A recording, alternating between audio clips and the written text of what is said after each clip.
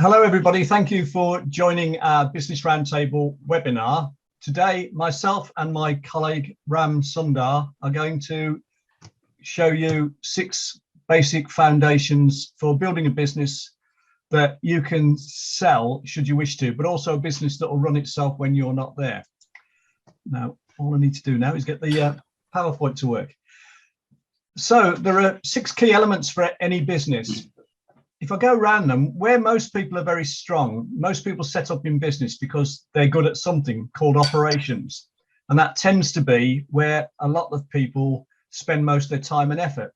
So you've probably heard the expression working in your business when you should be working on your business.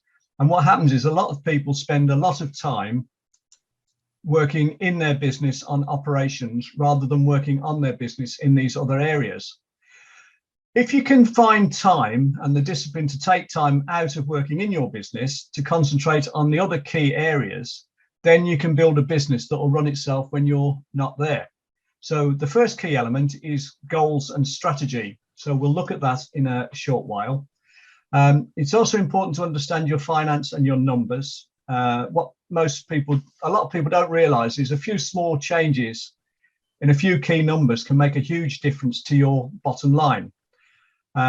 Understanding sales and marketing. Again, many people make the mistake of doing what's called tactical marketing, which is where you have sort of one-off strategies, but you haven't really got an overall strategic approach. And it's really important to do what's called strategic sales and marketing. And again, we'll touch on that later. As your business expands, it's important to be able to deal with people. So you'll have people who are customers, you'll have people who are in your teams, you'll have people that you outsource to. So the whole area of dealing with people is a huge, important business area. And then this is a big one, systems. If you've got systems in place, then what it means is all these other things here can be done by different people following a system rather than having to be done by one person. Often that's the owner, which means that they don't get done if the owner's not there. So you need systems in place. And if you've got all those key areas in place, then you've got a business that will run itself when you're not there, and a business that you could sell should you wish to, because you don't need to be there to run the business. So we just wanted to look a bit more in depth at this area of goals and strategy. Now, what this slide is showing is that there's a lot going on inside our heads. And basically, past attitudes, our values and beliefs, our automatic programs going inside our brains, all of these things, what they do is when we get stimuli coming in through our senses, we sort of shortcut the decisions we make because we can't process everything that's coming in. So therefore, we sort of act on autopilot and we shortcut our decisions and our behaviors. And there's certain things we can do to work on that. The first thing is the state we're in will make a huge difference to what the behavior is coming out in response to the stimulus coming in. So if you're in a resourceful, positive state, then your behaviors coming out here will be positive and optimistic.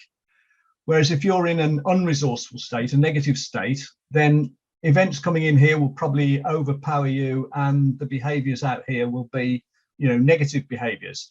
So the state we're in and our body language, our physiology make a huge difference to how we react to the events coming in terms of behavior going out. And you can look at this another way, because what actually happens is we're snowed under with things coming in through our senses. So 2 million bits per second comes in, and we can only handle in our conscious mind something like 134 bits per second, plus or minus a couple of bits. So what that's telling you is that we can't possibly cope with all of these stimuli coming in with our conscious brains.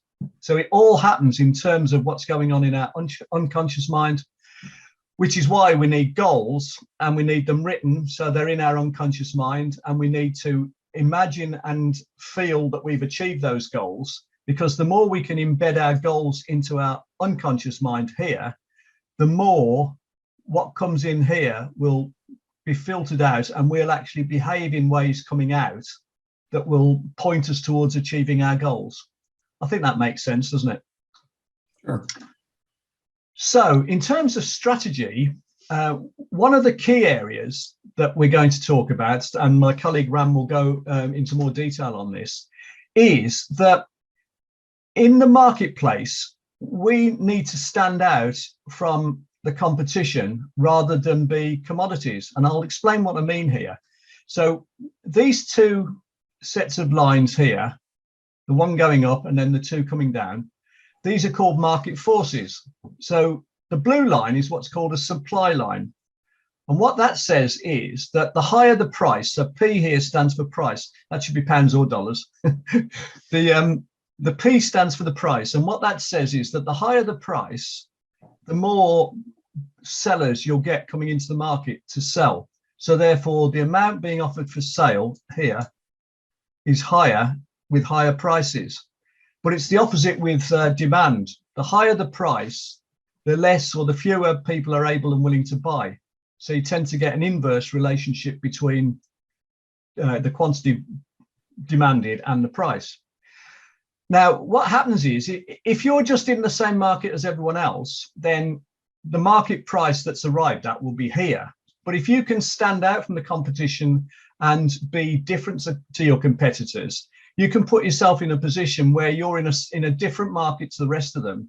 You can charge a higher price and you can sell a higher amount. And the other thing is you'll be in a market where if you put your prices up, you'll lose less custom as a percentage because you're less price sensitive here because you're a specialist or an expert. Whereas here, you're just in with the crowd, you're a commodity. So if you try and put your prices up, you'll lose a lot of custom. And if you try and put your prices down, you can't really do it because the prices are so low and the margins are so low that you'd end up losing money and probably sparking off a price war.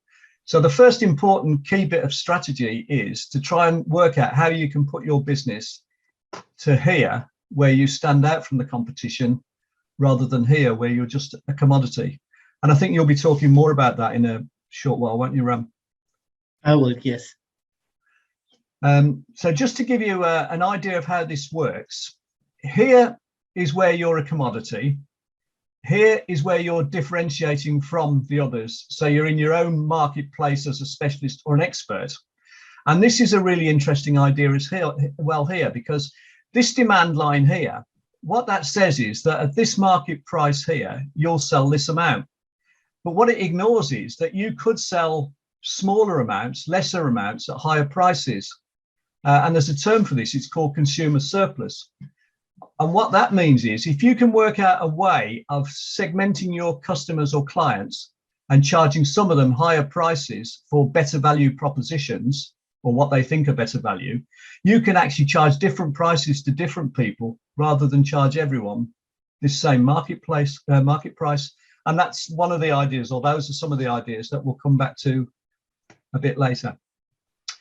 So I'll hand you over to my colleague Ram Sundar to go into some of those ideas in a bit more detail.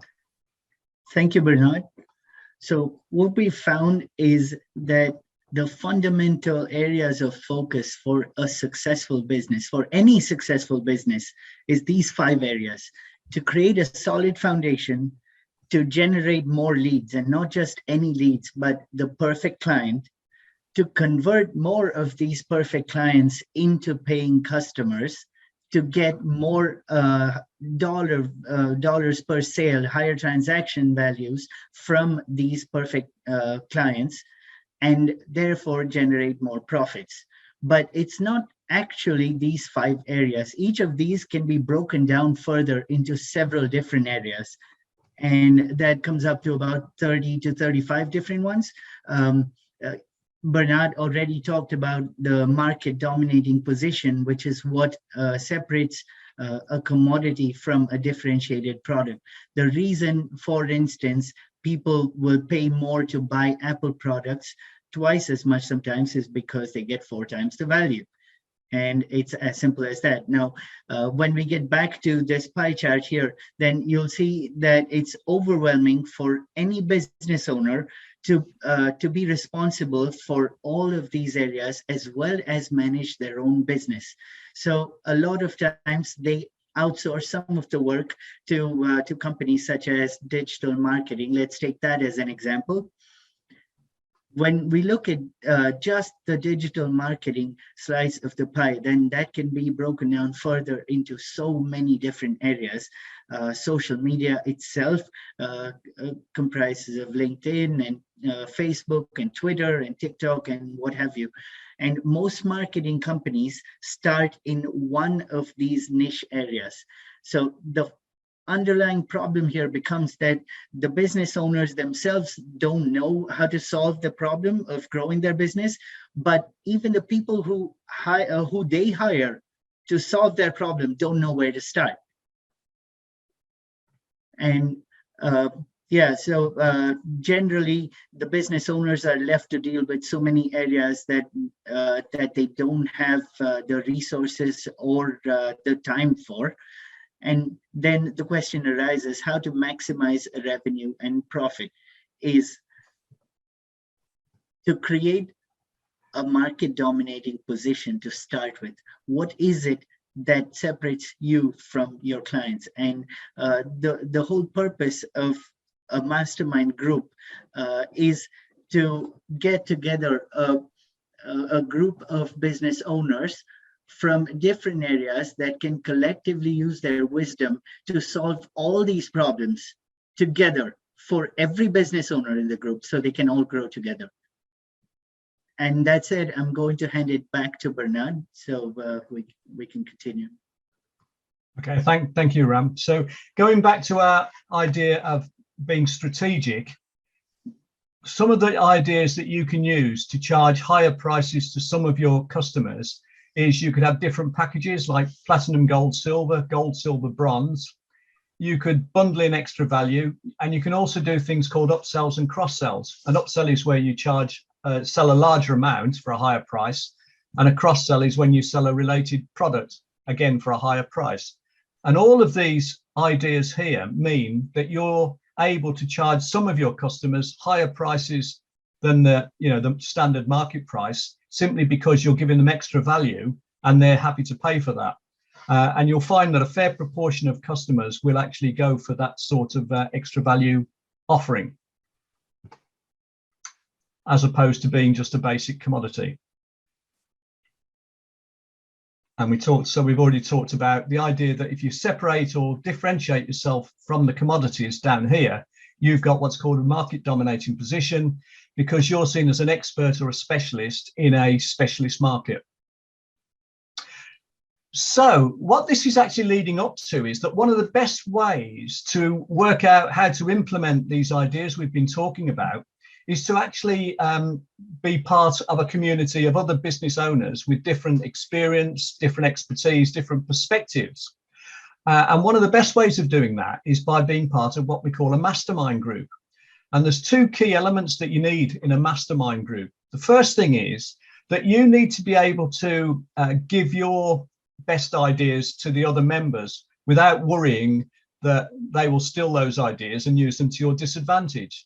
So you need confidentiality, first of all. You need everyone in the group to actually agree that what happens in the group stays in the group and it's completely confidential.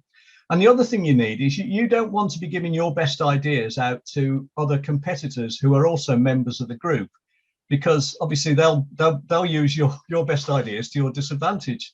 So what you really need then is you need no conflict of interest. So you don't want two people in the same business area. So you want non-competing businesses and you want non-competing business owners who are sworn to confidentiality. And that's the whole idea of a business mastermind group. And it's the whole idea of Business Roundtable and Business Roundtable UK. And if you wanted to find out more information about that, then you could speak to Ram or myself or one of our colleagues. And there's two main addresses you could go to. One is businessroundtable.ca. And the other one is businessroundtableuk.co.uk. And if you look on either of those URLs, you'll find out a lot more information about how Business Roundtable works and about how Business Roundtable UK works. And hopefully you'll find it of interest and maybe arrange to speak to one of us and find out more. Has any of